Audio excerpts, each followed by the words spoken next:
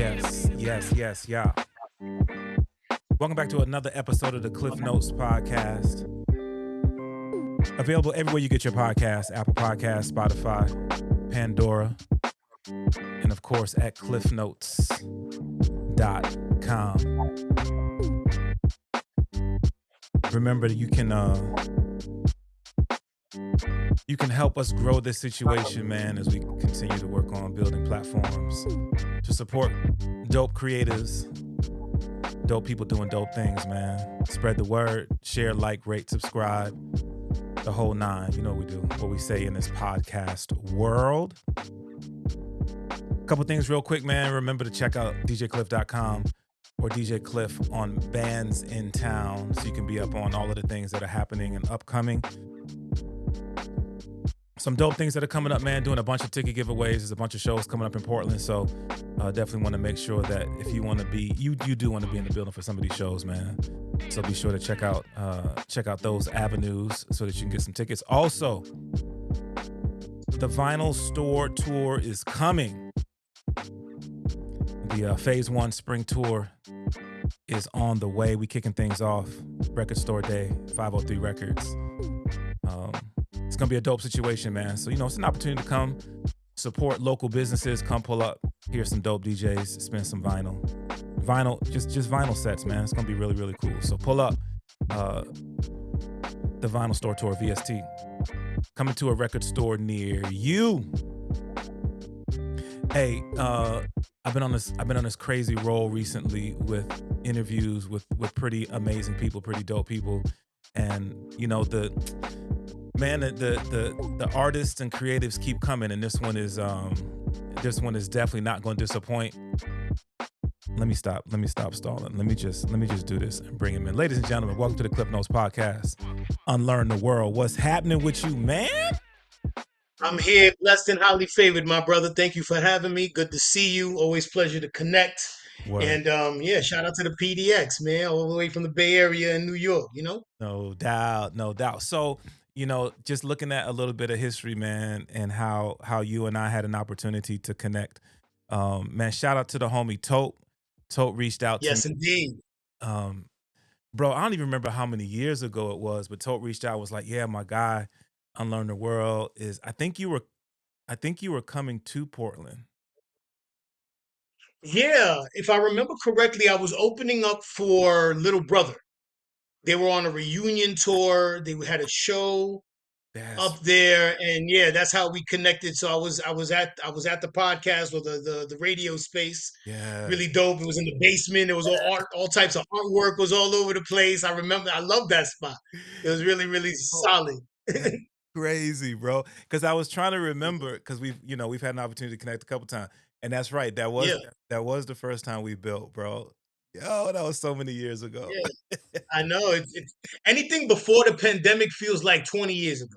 Man, you ain't lying, Like bro. you could literally throw like 10 on top of if it was 2016, it feel like it was 2006. No, Like, no doubt. Wow, that's crazy. Had a for chance to sure. build then for the first time, and then you just started sliding me joints and been able to play records on the radio show, Welcome to the Neighborhood radio show. And then we had an opportunity to connect a second time when you were up here at the Far Side joint, and then you blessed a That's brother right. with Yeah. an opportunity to spin for you, which was fire. You know what I mean? Nah, I appreciated that. I couldn't do it without you, bro. Like I needed some PDX like authenticity in that set. You know what I mean? Come on, brother. Come So on, brother. yeah. And then we just been building from there, man. But it's been really, really dope to not only get to know you artistically through that lens, but then so many of the other things that you've done. So you have a huge fan base, not only in the Bay, not only here in the Northwest and Portland specific, but literally worldwide, man. So a lot of folk know the story, but I know that there's always a number of folk who don't know the story, and so wanted to just sort of start with your sort of your foundation, because I feel like your foundation really builds into and on top of everything that you're doing right now. So you said it in the intro, representing the Bay, representing New York City. Man, dive a little bit more Right. into your beginnings, man. Yeah, long story less long. It's I'm a product of New York underground, right? Like when I say underground, I mean really underground rap from the 90s, golden era inspired. That's where I came up. That's how I grew up.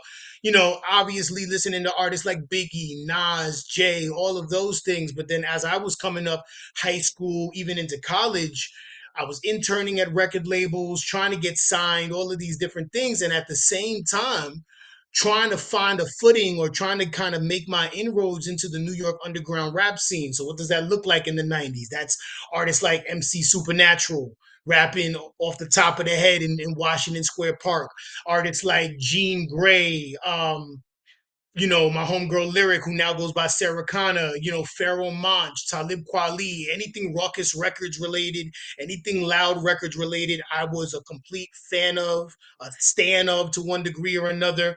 And those were the people who kind of groomed me. Like low key, Jean Grey taught me how to write songs and put like song structure together. So she was with like a mentor, as as were a lot of these artists, either by just observation or being in the studio with them in the few times that I interacted. So just coming up in that energy, right? And growing up in New York, hip hop is all over you, whether it's the Rocksteady anniversary, Zulu Nation parties, like the real culture of it is there. And that's what I was always immersed in.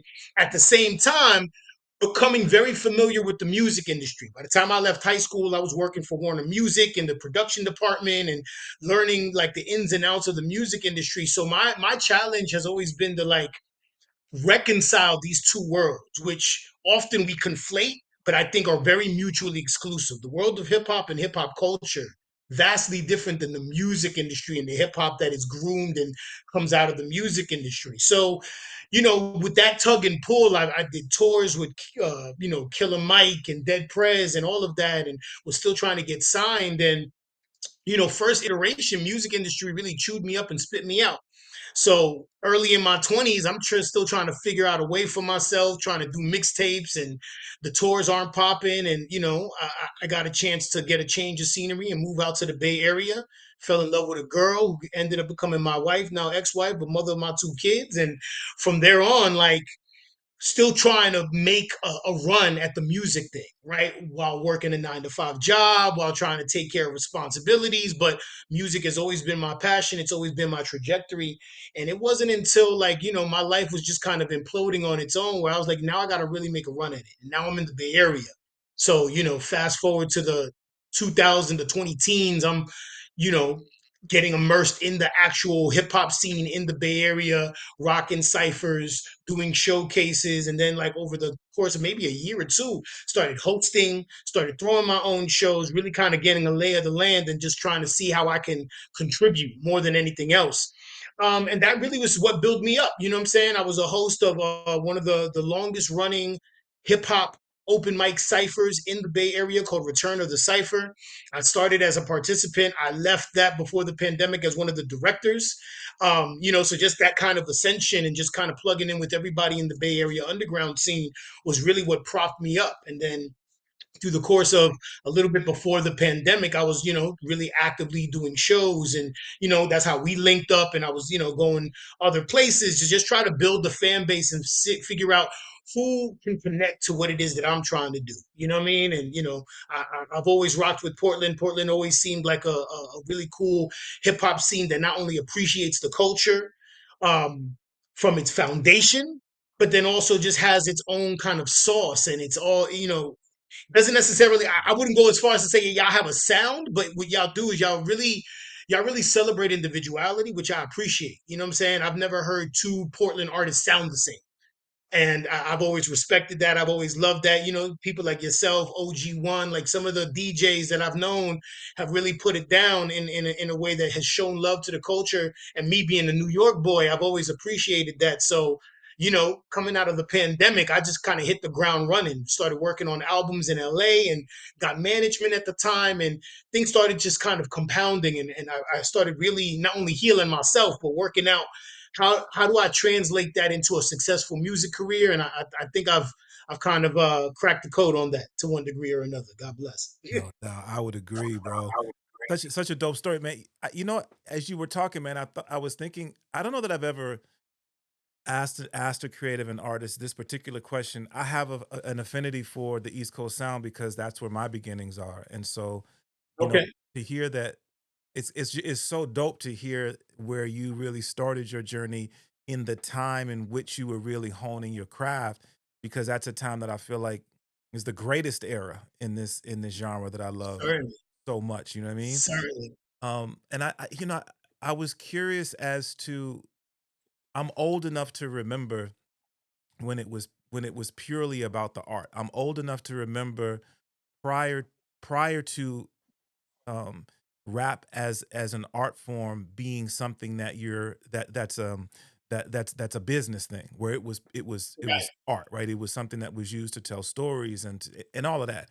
So as you were, you know, your journey is fairly interesting to me because you came up under and with individuals who you can tell were really about the art. But like you said, you were also exposed to the music industry. So I'm curious as to, as you were coming up, who was it that you looked at as the person or the group or the movement that made you go, this is not only art, but this is business. And I'm looking at that person or that group as the model for where I want to go with this gift of art that I have.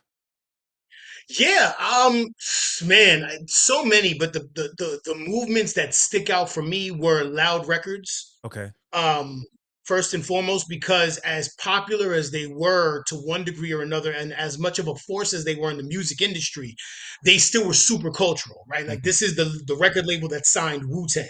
This mhm. is the record label that signed Mob Deep. This is the record label that signed Big Pun, Dead Prez, Exhibit. You know what I mean? Like these are huge iconic names in the culture of hip hop who have seen their share of commercial success just as much as being and fortifying themselves as staples and icons in the culture. So I Yes. got to shout out Loud Records for that. On the flip side, it was Rockefeller, right? Like my first team, if you could call it that, were like my older brother and his best friend. Both of them were interns at Rockefeller when it was a very small mom and pop label. I think Reasonable Doubt had maybe just came out. Like nothing beyond that had dropped yet. Yeah. And they were just chasing the dream and reflecting on, or at least telling me the stories of what was happening in the office, what was happening on the street team scene, and how they were going to clubs 30, 40 deep with Rockefeller Records t-shirts on and just kind of getting like there was guerrilla marketing happening in a way that I don't think New York had seen. Like we hear stories all the time of people in the South and especially the Bay Area doing it out the trunk Yeah. and getting it popping that way. New York is a huge media mecca, right?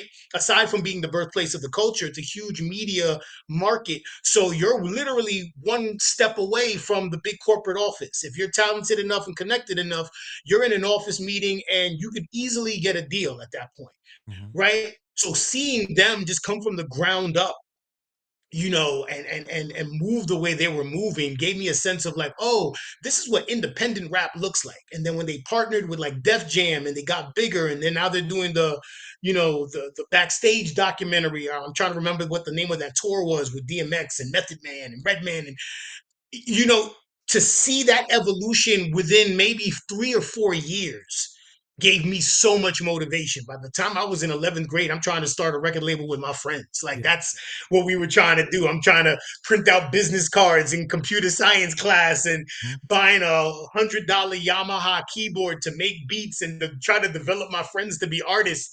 It was, you know, it was a very inspirational time for all of that stuff. So I looked at those two record labels or movements, so to speak, as like, okay, this is the blueprint for what I would like to do. You know what I'm saying? Like I wasn't all, you know, I didn't have the Rockefeller sound at the time as an Yeah. artist. I was Yeah. more underground. So I had to look at like a Loud Records or even a Ruckus when they started kind of coming up as like, okay, this is where artists like me will have success and they will have a lane for themselves, whether it was Talib Kweli, Most Def, Pharoah Monch, Company Flow. Shout out to Mr. Len. Like he was in the studio with me when I was a youngin'. Like So I was seeing like, okay, there's a way to be successful and be your most authentic artistic self Yeah. without caving into the mainstream, so to speak, Mhm. and doing it independently. So that kind of spirit was always kind of groomed in me from very early on because of these two forces. You know what I mean? And when I was actually like in the music industry, like working, it just didn't have the same feel. It didn't have the same sauce. It was very corporate, Yeah. very like and so and over analytical, as opposed to like really making it about the craft, making it about the lyricism, making it about the songwriting, and that's what I always was drawn to. That's what's up, man. Chopping up with Unlearn the World on this episode of the Cliff Notes podcast. So, s- didn't necessarily think about going in this direction, but this that that story sort of brings to mind something that I recently, I think just today saw. Um, I follow Merce, and he just posted this video, and I was kind of reading reading what he was saying, and I want to go back and revisit it. And I felt like it was so dope, bro, because I feel like what he was saying in the video maybe speaks to a time that you're referring to when he was talking Mhm. what I gathered from what he was talking about, being artists now, um, artists through his area, through his era, and he himself really worked on being out amongst the people, right? Um, Yes. doing Yes. shows. He just, I think he shared that just recently he did a show. He got there before his performance. He was selling merch. He did the show.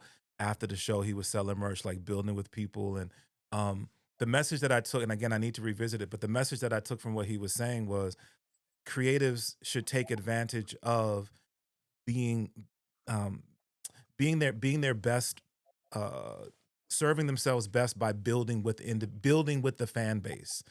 He was talking Yes. algorithm and how the algorithm, we all notice that the algorithm will sort of drive how we can connect with people. But the way that you beat that is you don't wait for the algorithm to work for you. You go out and you take advantage of building with folk. Um, like you were saying, guerrilla marketing, but that used to just be what it was because there wasn't a machine to tap into. Yeah, it wasn't guerrilla marketing. It was just marketing. It's Yes. what we knew to do, right? Like we knew just from graffiti to throw things up on the bodega wall or the hallway in the projects or whatever the case is. This is in our thinking. Like Yeah. so it's nothing for me as a 15-year-old kid to get a bunch of stickers from a record label and go throughout my entire neighborhood and slap them in all the places where I know people hang out at, or Yeah. to put up posters really quick so that the cops don't catch us. Like that was like it was a no-brainer for us, and it was so fun.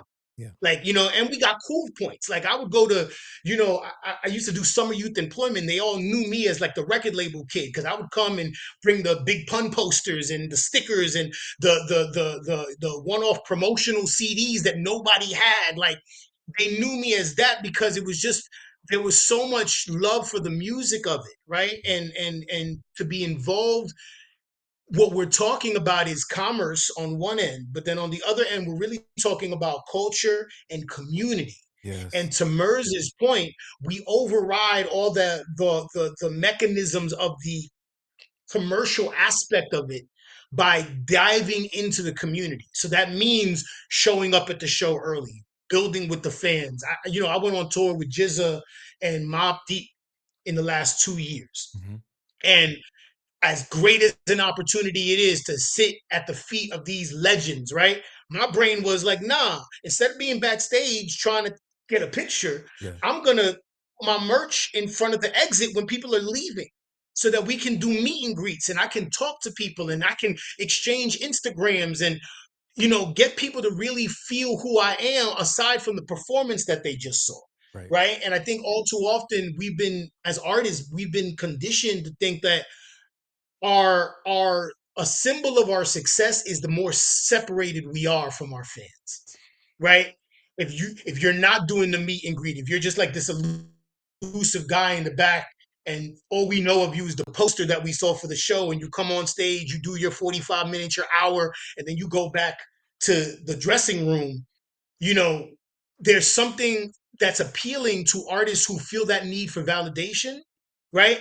But also they feel the need to separate themselves. They feel the need to be exceptional. And I Mm. think that as I've gotten older, I've started to really challenge this idea of feeling exceptional because what you do is you separate yourself from the people. And Mm. hip hop is a communal art. You know what I'm saying? It's Yep. the call and response. It's, Yeah. I can't do this unless y'all are with me doing this, Yeah. right? This is not Celine Dion singing at an opera concert with people in bow ties who don't care whether or not she smiles at them or looks at them. This is like we're in the trenches. You know what I mean? Like we sometimes we jump off the stage and go into the crowd and we're, you know, and I get that from ciphers. I get that from being in high school and banging on the table and, you know what I'm saying? Like all of that, that's our culture. You know what I mean? So it's important to maintain that. Even doesn't matter how big the venue is, how big the audience is, it's important to maintain that, and the fans appreciate it. They then want to, you know, continue to invest in your career and see your ascension. And I just kind of learned that early on and always wanted to implement that regardless of how successful, quote unquote, I became.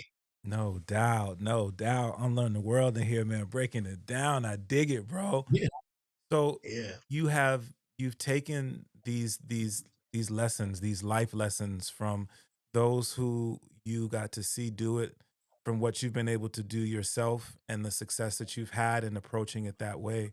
And you've created a platform to um to pay it forward. Now, one of before we really dive into that, and bro, there's so much I want to cover, yeah, but yeah, one of the things that I feel like I listen to Juan Ep a lot. I love the perspective of Cipher Sounds. So this might be where I kind of heard some of this, but even some of yeah, what I have witnessed on my own in terms of certain artists, and the way that I take in their creative process. I feel like the idea of not even grooming, the idea of educating, guiding, providing mentorship, for creatives might be different now because, and this part I've said for years, because of the gift and the curse of an mm, artist being able to be in their bedroom, create their art, mix it, master it, and put it out for consumption. You know, through the SoundCloud era, now I know that with Tidal, I know that artists can put up their own situation.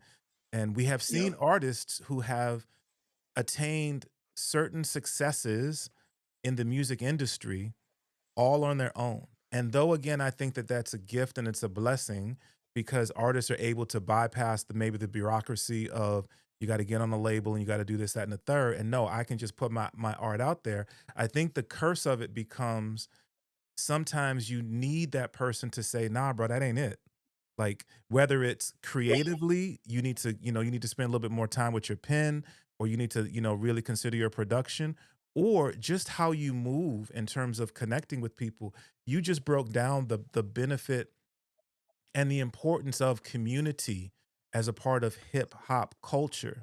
And if you remove that, then what is the art? Is the art that I want to be very careful, but it's my podcast, so I can say it. Is the art that you're creating hip hop, right? Or uh, are you solely a musician? And there's nothing wrong with that because there's all different types of art out there. But I feel like what I've seen you do is you are creating you're creating that for the next generation, whether you call it absolutely. seminar, whether you call it mentorship. Can you tell the audience a little bit about the program, why the program, what the program is, and how they can tap in? Yeah, so I think everything about my brand as an artist, I'm an artist named Unlearn the World. It's a mission statement, right? Hmm. So there's only, and I've tried this in my career. I've tried to do the commercial appealing records and the club bangers, and it's really hard to gain traction on a club banger if your rap name is Unlearn the World, right? Right. You're literally telling people to break down societal conditioning, but you want to do a club record. It's very awkward, to say the least. Yeah. So the trajectory that I've been on is kind of in on the heels of a KRS-One, on the heels of a Killer Mike, or artists in that ilk, saying, you know what, there is a space and a lane for culturally relevant hip hop, not only to be sonically relevant in the landscape, but then also have a social responsibility to groom and to bring up and develop. I think the word we're looking for is develop Yes. Yes. artists. And in the face of the democratization of the production of music, right? You can be on a laptop in your crib with no A&R or executive telling you what to make. You can create it, you can upload it and get an audience, right? But not only are you bypassing the commercial bureaucracy, but you're also bypassing the tutelage. Yes. You're bypassing the communal aspect of what this culture is. So yes, you are a musician by virtue of what you've done, but you may not necessarily be hip hop, even if you're rapping, Yeah. because you've never put yourself in the test of, yo, I was in a cipher and they told me I was trash. I lost this rap battle. My older homie had to bring me to this one studio where the OG producer showed me how to develop my cadence. Like, I came from that. I'm an analog kid who grew up beat before the digital era. You know Yeah. what I'm saying? Like yourself, we was outside before there was ever social media. Yes. You know what I mean? Like, we were outside before there was virality and whatever else these things are. So I look at that and I find an amazing opportunity. So as a teaching artist, which was kind of my, part of my brand as an artist, I was tapped to become an education director for an amazing Oakland-based nonprofit called Hip Hop for Change. And at Hip Hop for Change, we teach the foundational history of hip hop.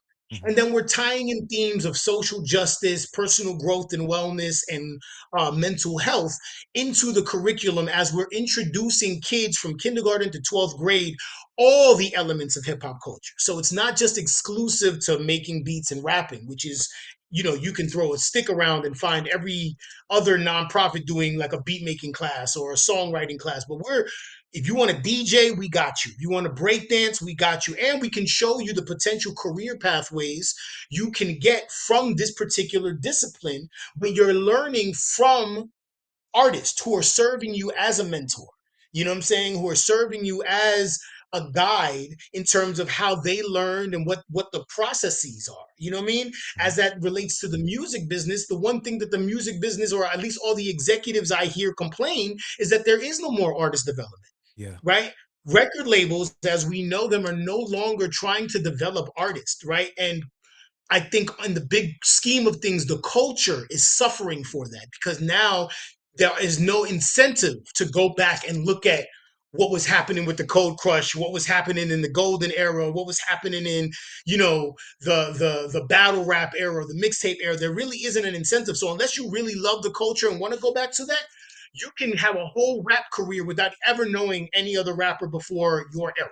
Yeah. And Yeah. that to me is unfortunate, right? And we've seen the result of that to one degree or another. Kids not getting guidance, ending up locked up, ending up in jail, ending up killed, ending up exploited by the music business, and they're, not owning their product, not being able to put out music anymore.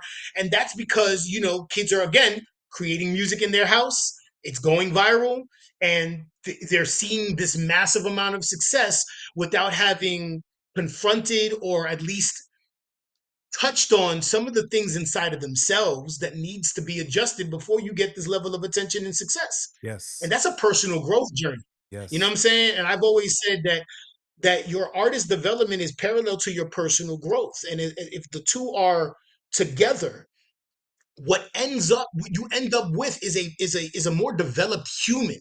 Forget artist. Mhm. You're Yeah. ending up with a more developed human. So at Hip Hop for Change, we are dedicated to grounding young creatives in the history and the legacy of hip hop culture and what it means and why it's important, but more particularly, giving you exposure and pathways in all the expressive elements so that you are now, retrofitted with a multi-dimensional way of thinking, of critical thinking that allows you to grow as a human being, to remix yourself as a better person, to in turn remix the community you come from, whether you're throwing DIY shows or you're doing fundraisers or you're tying your brand as an artist to another social issue. Like, these are some of the things that we kind of recommend and emphasize. And what you see are young people developing their craft, approaching the culture differently with a better sense of responsibility, and still making music that slaps. Yeah. Yeah. Like, at the end of the day, that's really what it is. Like, I was just, I was uh facilitating an event yesterday, and I'm used to hosting events and doing all of that. We now have a whole group of kids who are 18, 19, 20 years old who are willing and ready to do all of that. So all I have to do is sit at the table and watch this new generation of kids run the cipher, run the open mic, present the artist, do all of the organizational things. And I'm like, yo, this is it. This is the stuff that we want. I can see them in the next 10, 15 years doing the same for another group of young kids. And that's what hip hop has always been about. Yep. It's the thing that, because of the glitz and glamour of the culture, we lose sight of all Yep. too often, Yep. right? And we lose our own ownership in the culture that we created. So, what I do at Hip Hop for Change, or what we do collectively as artists at Hip Hop for Change, is to create that community based counter narrative, right? We're training artists to be mentors, we're amplifying younger artists, and we're getting and we're teaching in schools, which is the big movement. No doubt. And I love that, one of the things that I think about is the value culturally, the value of looking at our history, the importance of looking at our history. We live in a time now where that's not as important to many individuals, and I think we can look at it, at different levels. We can look at it as the differences in generation, old head, new head, right, and how that Yeah, can be. I don't want to hear what y'all old heads used to do, right? But the truth of the matter is, we can look at that even on a larger level and see how there are individuals who don't want us to look back at our history, that they want to erase that history. And that's right. we're talking about creatively, we're talking about artistically, but it goes even bigger than that. So to me, what you folk are doing with Hip Hop for Change, you're already seeing, you've just described it, you're already seeing the importance and the value in looking at the history, looking at the foundations, seeing how that is impacting this generation, and them being prepared to pass it on. And like you said, man, so that this culture doesn't go away, so we don't lose this culture, because there's value to it, and it is more than entertainment. It is, Absolutely. hip hop rap music is, it's a socially conscious art form, and it's not it's not talked about that as much as I think it could be, especially when artists like yourselves are considered to be underground, or to be not as Yeah. celebrated as some of the other artists who we see at a commercial level. But I am grateful that that artists like yourselves find ways to still impact people in a way that is very very powerful, for lack of a better term. B. Yeah, no, I appreciate that, and I think that many hands makes for light work. I'm not doing anything new, right? I'm just tapping into what's already there. There Yeah, are so many people, Portland, Seattle, Houston, that are artists that are just loving the art and are actively, in schools trying to get contracts, trying to do either an after school program or a community center program to help young people in the way that they were helped, in the way that hip hop has helped them. yeah, So there's people doing this, you know what I'm saying? It's just a matter of like, how do we organize and mobilize this as a national or international movement and coalition that can then in turn give people an alternative pathway to what we've seen in the music industry, right?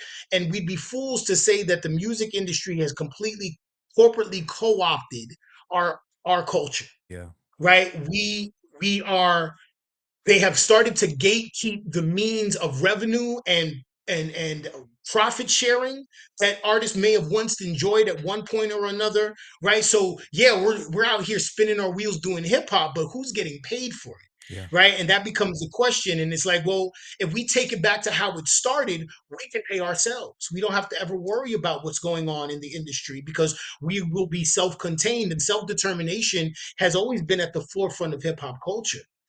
So it's just a matter of trying to think bigger and organize in that structure and giving young kids the incentive to do so, because otherwise we're in the era of late stage capitalism, and what happens with that is, as long as you're making money, no one's asking questions. right, No one's asking about your credentials. No one's asking about your merit, your personality, because you can show off that you drive an expensive car or you wear cool jewelry or you're number one on the chart somewhere. As long as you have these vanity metrics, no one's questioning your what they call in the academic world your bona fides, yeah, your credentials. yeah, You know what I'm saying? What the streets call your paperwork. Like what's you know what I'm saying? Who approved you, who stamped you? Like you know what I mean? hmm, So because of that, so many things are getting lost in the process, and art for me is always the process. yeah, It's always, yo, I was a kid doing X, Y, and Z, and now I'm a grown man doing ABC, because of this journey that I've been on. Yeah. But if we don't see the journey, if we're not invested in the journey, then we just see the end result. And everybody just wants the end result without doing the work.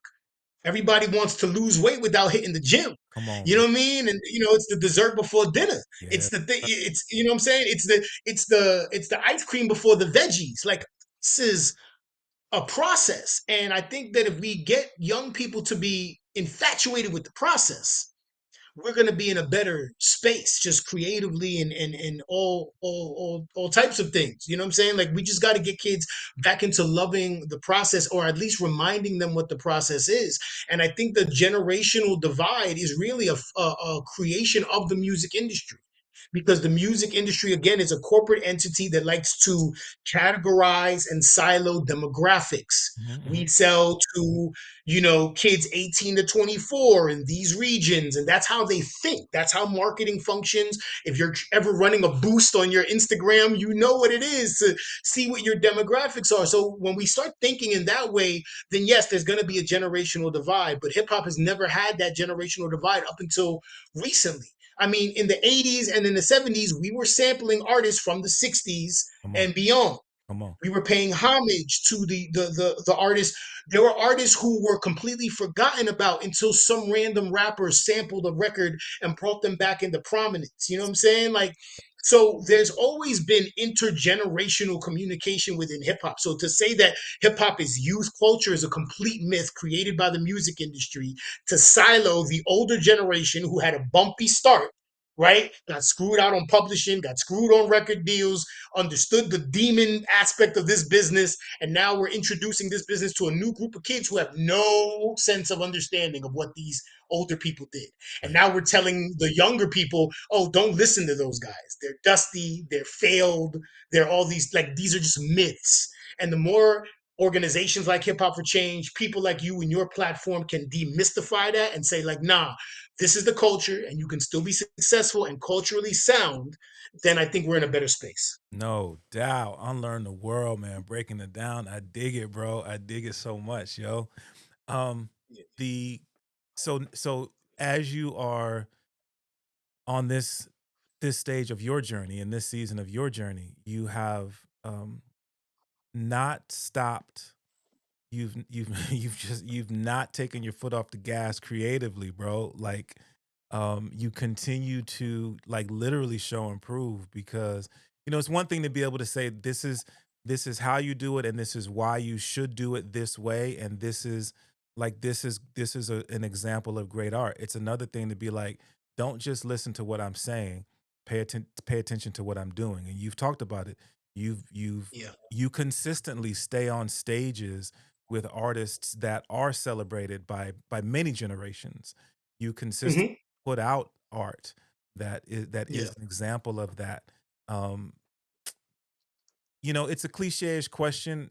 I know what I think my answer is to the question, but the question to you is, how do you keep your pen sharp? How do you stay up on your creative game?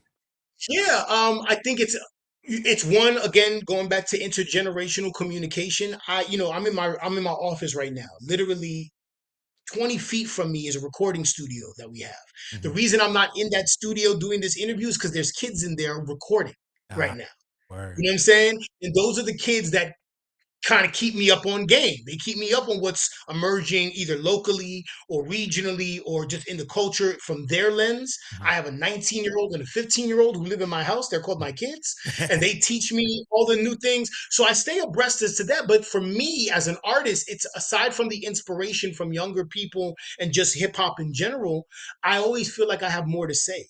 Yeah. Right. Like, I'm sure you can see on this interview, I'm a talker. Like, I do this for a living. Right. So No doubt. there's always going to be an angle or a perspective that I'm going to want to express to one degree or another.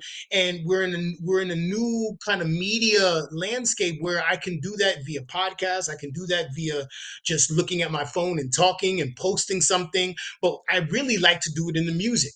I Yeah. really find ways to creatively convey my ideas in the music, and that never leaves me. I'm always inspired. Mhm. You know what I'm saying? And I'm not inspired from a place of trying to bring, my favorite eras of hip hop back to the forefront, right? Like, I really try to stay as current and as relevant sonically as Mhm. I've ever been, or as any artist would be.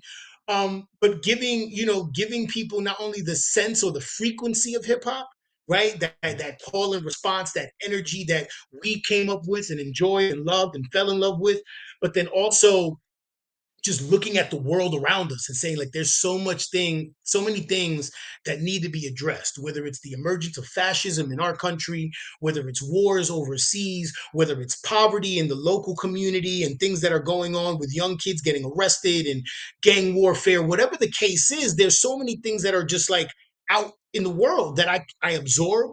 I'm more empathetic than I care to admit in many cases, so I feel it. You know what I mean? Like I feel it, and it's almost a purge to get it out of my system. So it's always, and I'm listening. I'm listening to new cadences. I'm listening to new flows, and I'm going back to the albums that I loved and seeing like how can I bring this into the forefront of what's happening now? Like what do we my I often brag about my hip hop IQ, right? Like I'm East Coast just as much as I'm West Coast at this point. So like you know what I mean? I know just as much Wu Tang as I know hieroglyphics and living legends and you know what I'm saying? People from that era, like, so I'm pulling from all of these different eras and these different um cliques, so to speak, of hip hop culture to keep my pen sharp, to keep me inspired by the things that I want to talk about. And life is an amazing muse. Yeah. Whether it's my personal life or me turning on CNN, I'm seeing things that I do want to talk about. And I think now more than ever, I think like the era we're in socially, politically, I think what I've been trying to do my entire career, the time is right for what it is that I've been doing. You know what I'm saying? Maybe when we were in the Obama era and everybody was, celebrating, maybe the music I was doing wasn't as appreciated. But I think now, considering everything we see, it's time for something that is giving you legacy based hip hop and at the same time social commentary, but then also a sonic relevance and a currency that people can't deny. No doubt, no doubt. And I want to say thank you for doing that, bro, because and part of it maybe is the time in which I came up where there was consistently uh the the we would see culturally how there was a voice or there were voices that would bring Yeah. the social issues to the forefront where even Yes. even within entertainment it was also a yes, and let's look at what's happening around us and how we need to be aware of it, and we need to do what can we do in our communities. And communities can literally be the four walls in which we live, or it can be the neighborhoods in which we live, or it can be the country in which we live. And I so appreciate that again artists like yourselves are using the platforms that you have with the audiences that you have to say let's let's not be ignorant to what's happening around us and what's behind it. I think that, and I'm gonna get on a little bit of a soapbox, man. I think that we have Do it. Speak. I think we have enough um, tools. We have enough platforms right now to keep our minds busy and occupied on what's hot. To have our minds so that we can't really we're not focusing on what's happening outside because and I don't think that that's all. I don't think that that's by accident. I think that it's all the sleight of hand. It's all the pay attention to what's happening right here so that you don't see what I'm doing over here. And and I would be my listeners know I would be remiss if I didn't say that my faith and my spiritual heritage show me like that. Come on, man. Like this is this is a lot of it is what we've seen in history and the direction that we know things are going. So again, I say all that to say thank you for doing that because I think that you do it in such a way where it doesn't come across as preachy, but it does come across as like pay attention, pay attention.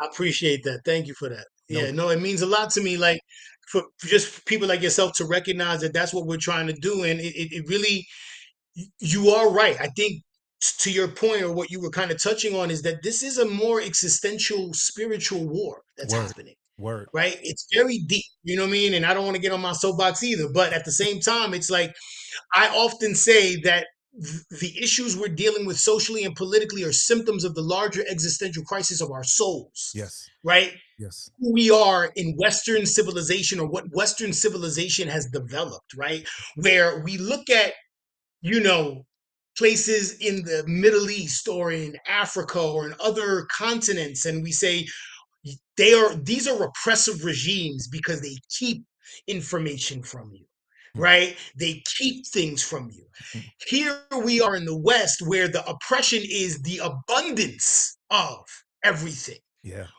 You're getting all the information. Yeah. You're getting false information. You have so much information, you have no discernment Yeah. between true and false because you haven't been given the education to discern. Yeah. So we're just going to flood your brain and overstimulate you. And by the time you get home from work or school, you are so overstimulated and exhausted. You have no political willpower. Yeah. You have no discipline for yourself. You just want to find self soothing comfort, Yeah. whether it's food, sex, alcohol, drugs, whatever, to start to numb yourself from being a cog in the wheel of Western civilization. Yeah. And hip hop for the last 50 plus years has kind of touched on like, hey, this is screwed up, Yeah. broken glass everywhere. Yeah. Like, Exactly. you know what I'm saying? We've been saying this for so long, and people just thought it was a fad. You know what I mean? People thought Fight the Power was just gonna come and go. And it's like you look at our mainstream hip hop landscape now, and there's like, yo, where is the Fight the Power? Yeah. Yes. Where is the Terminator X? Yeah. Where is the, even don't even get that political. Where is the like the young people saying like, yo, this is screwed up, Yeah. bro? Like Mhm. Mhm. as opposed to just rebelling against it and just being and just reveling in the rebel aspect of it. Right. Like what are we actually rebelling against? You know what I'm saying? Like what are we fighting against? We're fighting against the status quo that we never really name in our contemporary modern landscape. We're not naming what it is. We're not naming the capitalism because we still want to be millionaires, right? Exactly. So we don't recognize like, oh, we're trying to survive this mechanism or this system that's oppressing us, but we want our sense of survival is to be on the other side of it. If I'm on the other side of it, then I'm safe. If I'm Right. a millionaire or a billionaire, I'm cool and I'm exceptional and I can pat myself on the shoulder to say, hey, I made it. Mhm. And y'all are the brokies who got to figure it out still. Yeah. And Yeah. that we can't we can no longer afford to think that way, right? Like I just dropped the album not too long ago called Midnight Crisis. And in the first song, I say you can't run when the war is at your doorstep. And I think that now the war we're confronting, whether it's existential, political, social, it's right there on our doorstep, Yeah. right? We can't continue to entertain ourselves without having to think about critically what is happening to our people, what is happening to our souls, our minds, our bodies, because we're just going to dance ourselves into oblivion. Yeah. We're going to dance ourselves into irrelevance if we continue to just keep the status quo of our culture going, where the corporations are getting rich, billions upon trillions of dollars off the bodies and the minds of black and brown artists. Yeah. You know what I'm saying? Yes. While we completely dissolve into this caricature of ourselves because corporations are feeding back stereotypes to us as under the guise of authenticity, Yes. so we just got to be mindful of it. And if there's artists that are willing to at least put those ideas out there without beating you over the head and being preachy and just whispering, or not even whispering, just like, hey, peep Like this. what it Check is. out the way I'm using this metaphor. Like just think about these things. Like keep them at the forefront of mind because if you do, you're gonna move through the world a little bit differently Yeah. than Yeah. just standing on couches and popping bottles at the club. Ex exactly. So I wanted to get to that next, bro. So you mentioned it, Midnight Crisis. Unique spelling of crisis. Yeah, yeah. You caught that. Break that Appreciate you. down, bro. Break that down, yo. Yeah. So for me, it's I'm in my 40s. I'm an elder statesman in the culture and I don't run away from it. You know what I'm saying? I still have like a youthful exuberance to me. So I still feel like I'm good. But I've been on a healing journey since the pandemic. In the pandemic, I chose to get therapy. Mhm. I chose to really endeavor back into my spiritual practices. I grew up, I converted to Islam when I was young, and I really didn't understand it, and I really didn't have the discipline to maintain it. And there was so many things going on with me that I hadn't even addressed. Yeah. So for me to have this spiritual practice that my nervous system can't even maintain because it's still unhealed from a lot of other traumas, it was too hard. So I had to kind of step away from it, or at least not practice it in the way. But during the pandemic and over the last few years, I've just kind of recalibrated myself Mhm. to the idea of personal growth, wellness, mental health, making sure my mind, body, and soul are connected and integrated. But that requires a healing. You Yes. know what I'm saying? That requires a change in the self. So in doing that, you're going through an existential crisis, Yeah. right? And like, so instead of midlife crisis, for me, it was the midnight crisis because I'm at home, midnight comes up. I got these cool LED lights in my house and I just put them on blue and I just want to zone out. And I just keep, I think about where I want to be in this era of my life, Yeah. right? The 15-year-old version of me wanted to be a rapper and an educator. Mhm. Now here I am, 44 years old. I am a rapper and an educator, right? So what does this version of me now want over the next 10, 20 years, right? It can't be the same thing 15-year-old wanted because he already achieved that. Yeah. So having that kind of conversation with yourself not only requires to develop a new direction, but it requires healing. And the healing requires some level of crying, some level of emotional purge, Yeah. right? And I wrote it in a song. I didn't release the song, but I remember saying the line. I said, "Yo, I've cried more times this year than in the last 5 years." Mm.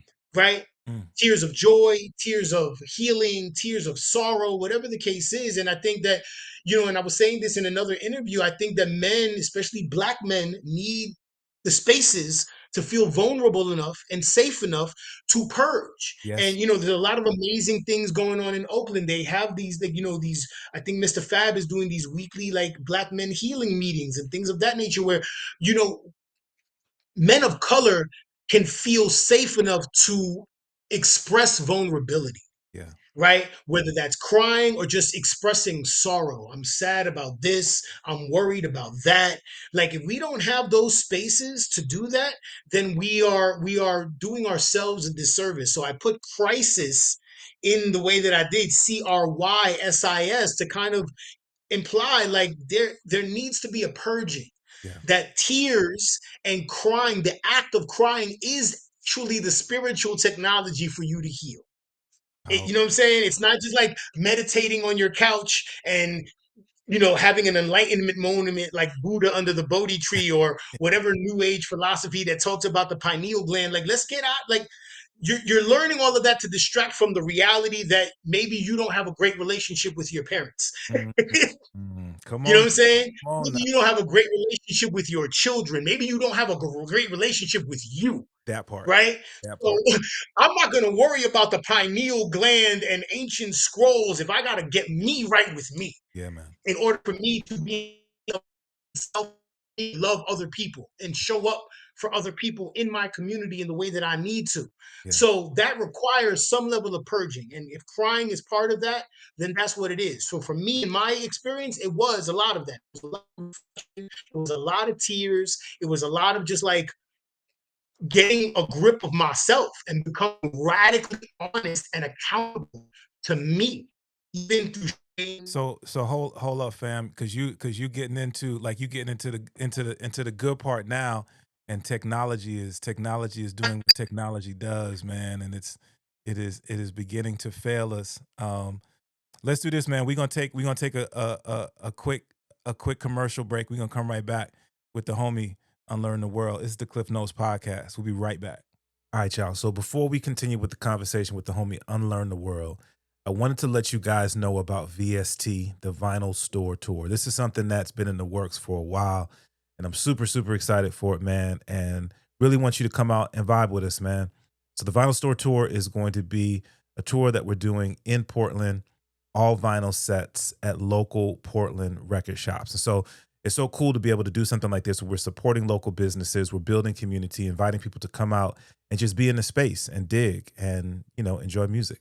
So we're going to kick off on Record Store Day on April the 18th out in Beaverton at 503 Records. Shout out to 503 Records for all of the stuff that they've been doing in terms of building community. Really excited to kick off VST at 503 Records on the 18th of April. Then at the beginning of May, we will be over at Specs Records, which is a dope record shop. I've had an opportunity to do some work over there in the past.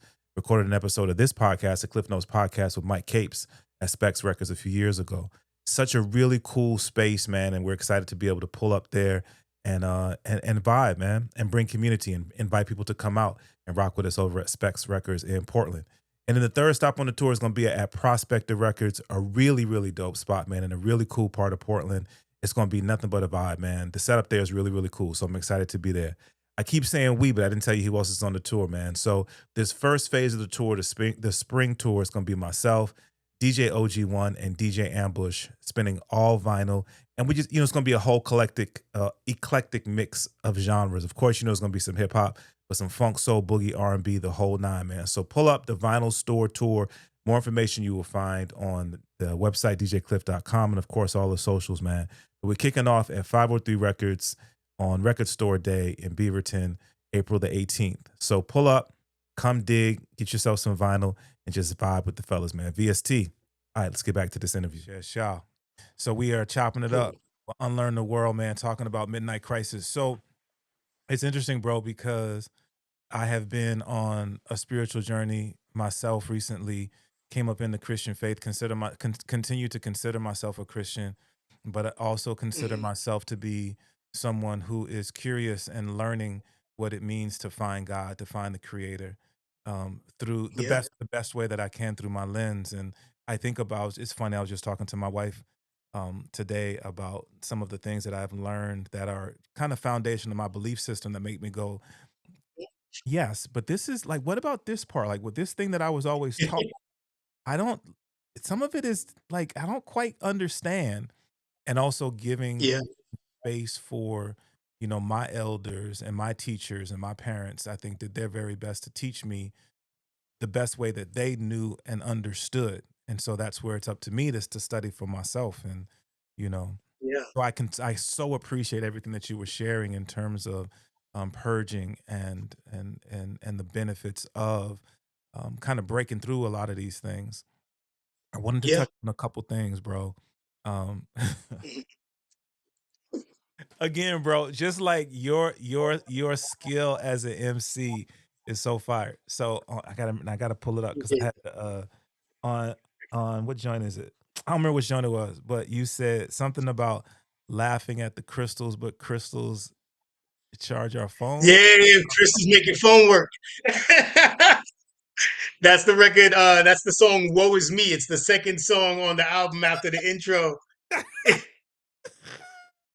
So It's I gave that preamble because coming up in the Christian faith, it's like, hey, come on, yo, you know what I mean? Like we don't mess with this, that, and the yeah. third. But I understand why.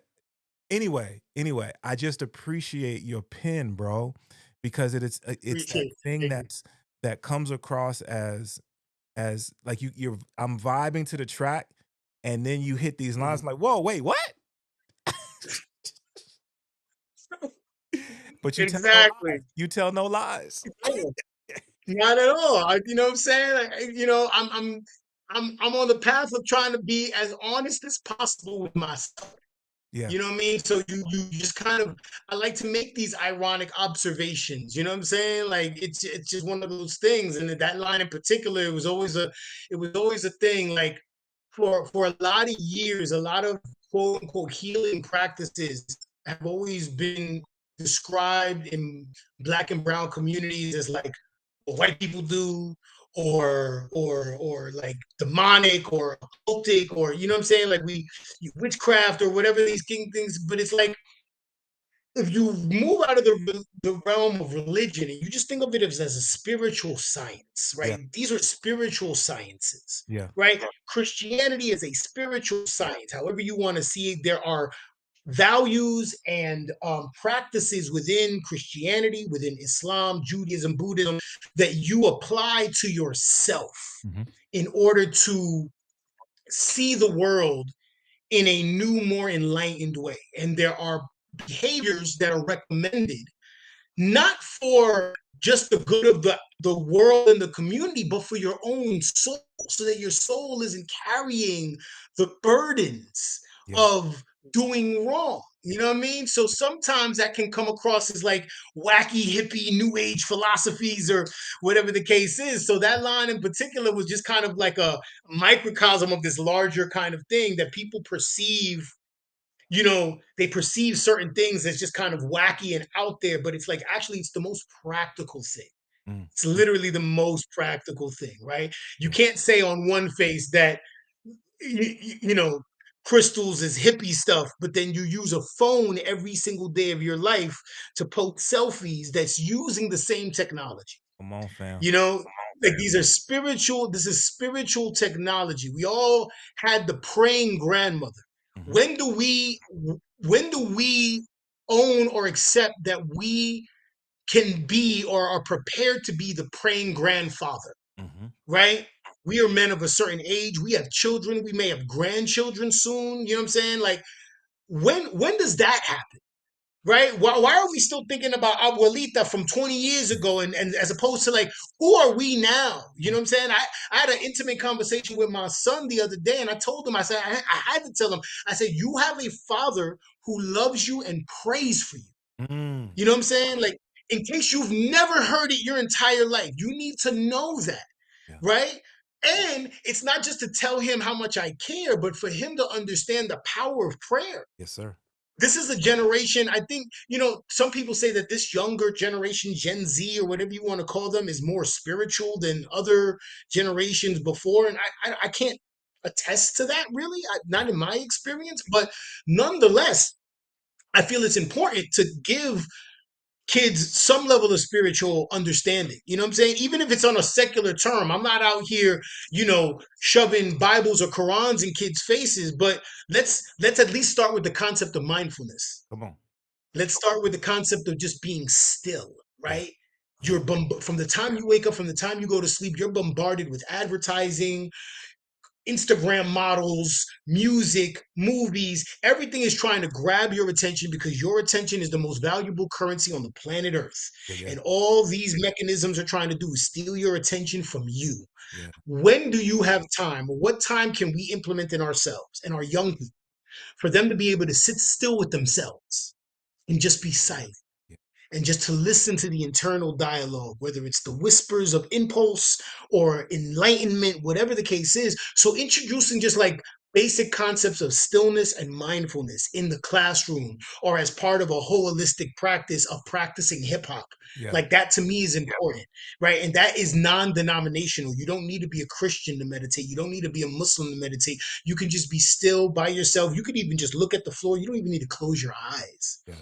but that 5 to 10 minutes of stillness that you reserve for yourself every day can literally speak volumes in terms of your ability to control your impulses, to control your appetites, to regulate your emotions, to be more cognizant of who you are and how you show up in the world. Like it's just little things like that, understanding, for instance, how trauma shows up in people, that people are acting based on their unmet emotional needs. Yeah. So sometimes when somebody's acting a certain way or they disrespected you or they did, maybe they ran off on some money or it's really not about you. It's really about what they're going through and how they see themselves. And these are spiritual, I think, like ideas that you can put into a universal or secular framework where people don't have to own the it doesn't get as heavy, Yeah. Yeah. right?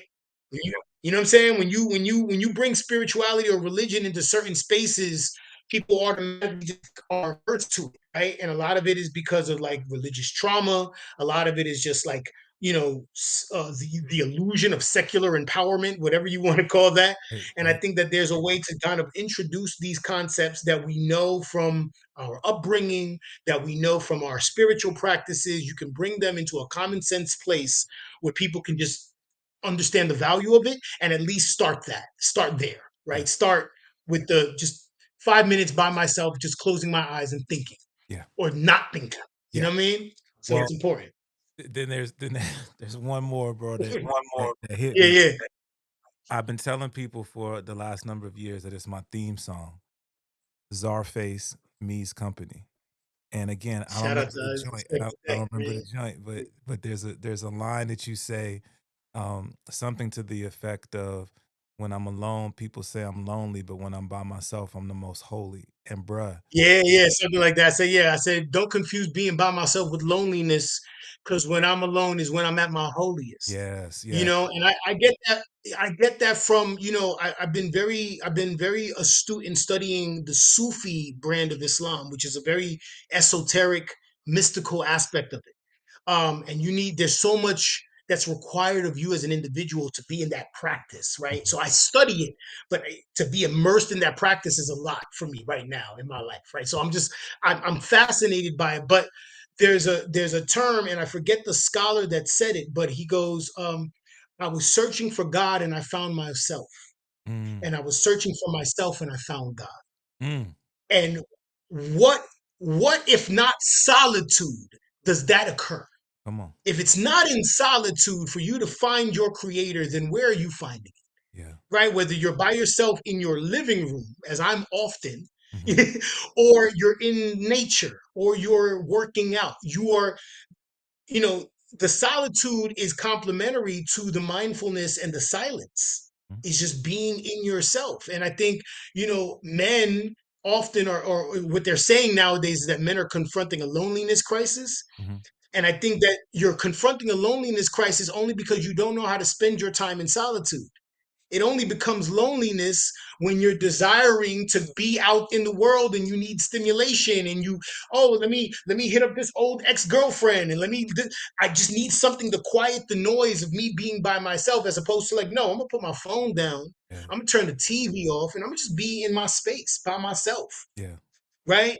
And what does that feel like? What does that look like? In the pandemic, we all had an opportunity to do that. yep. And I don't know about your life, but in my life, I could see after we got out of the pandemic who did the work and who didn't, based on behavior. I was going out to them same hip hop spots, and you know what I'm saying, homeboy who's hella cool in 2019 is Yeah, now a little bit out there yeah, from yeah, 2022, 23. You know yeah, what I mean? And then on the other hand, there are people who are fully healed, lost weight, doing better. Like they figured it out yeah, because they had time to be by themselves and confront some of the things they probably spent their entire life avoiding. And yeah, as hip hop artists, we're often in nightlife. And if you know anything about nightlife, there's personalities that are in nightlife that they're literally spending their lives avoiding themselves. yeah, man. You know what I mean? Like, I was hosting a weekly cipher for 5 years, and towards the end of it, that's what I was starting to realize. Like, oh, these people they want to distract themselves from themselves. Yeah, yeah, You know what I'm saying? And I'm facilitating that, and I didn't know how I felt about that. You know what I mean? As much as I love the cipher and I love performing, it's like, oh, this is a space for people who are running away from the most important journey they need to be on. yeah, yeah. And that's when I talk about being your holiest Mhm. when you're by yourself, that's what I'm speaking towards. It's just being able to be in solitude and be sovereign, Yeah, and be able to have full awareness of who you are, and be it good or bad, right? And integrating that. yeah. That's what's up, man. Bro, Mm. for many reasons, and I say it all of the time, the biggest being my own curiosity of these opportunities, people who I get to talk to, of their journey, my curiosity of what is it that makes people tick and do what they do creatively. um but to it's such a gift for me to have this place that people can share and tell their stories. And I man, with all that you're involved in and all that you're doing, I want to say how much I appreciate you taking the time to pull up and just chop it up. And this has been amazing, bro. Thank you ever so much. I appreciate you. I appreciate the conversation. It's always good to talk to you. You've always been a positive force and a positive energy. I've always seen that in you. So I'm more than happy, and I appreciate the time, and your platform is really dope, and you put it down for the culture. So I'm more than humbled to be part of this in any way. No Thank doubt. you. Ladies and gentlemen, Unlearn the World. So I just want to, hopefully it goes without saying, everybody should go check out Midnight Crisis right now. It is available wherever you stream your music. This conversation was so dope, so amazing. We really got into a lot of deep and heavy stuff, but at the end of the day, don't get it twisted. Unlearn the World's an MC and he will crush your head. So know that is still hip hop. Know that for a fact, for sure. Hip I hop. still get busy with the bars. Don't get it twisted. Hey, bro, if people want to tap in, man, what's the best way for them to do that? Yeah, hit me up on the Instagrams, Unlearn the World as it sounds. That's my name on all social media platforms. You can also check out our organization, Hip Hop the Number 4 Change on Instagram, but also check out our website, www.hiphopforchange.org. That's FOR on the website side of things. Check out the work that we're doing. See how can you can get involved as a volunteer, as a donor, as a potential educator. We're trying to expand. So maybe, maybe there might be a Hip Hop for Change Portland soon. We'll see. You know what I'm Definitely. saying? Y'all are on our short list of expansion. So, you know what I mean? Coming to a school and a hip hop event near you soon enough. But yeah, check me out on all of those things, man. And, I'm always happy to tap in with people and get in where we can fit in for the culture of hip hop. That's what's up, man. Hey, yo, man. Once again, man, thank you so much to Unlearn the World, man. Thank you to all of the people who support and listen to the podcast. Remember, it's available everywhere you get your podcast. So, like, share, subscribe, help us continue to grow this platform so that we can just continue to share stories of making change, just like this one. And last but never ever least, big ups to the homie Theory Has It for creating the official theme song for the Klyph Notes podcast. Until next time, y'all be blessed. Peace. Peace.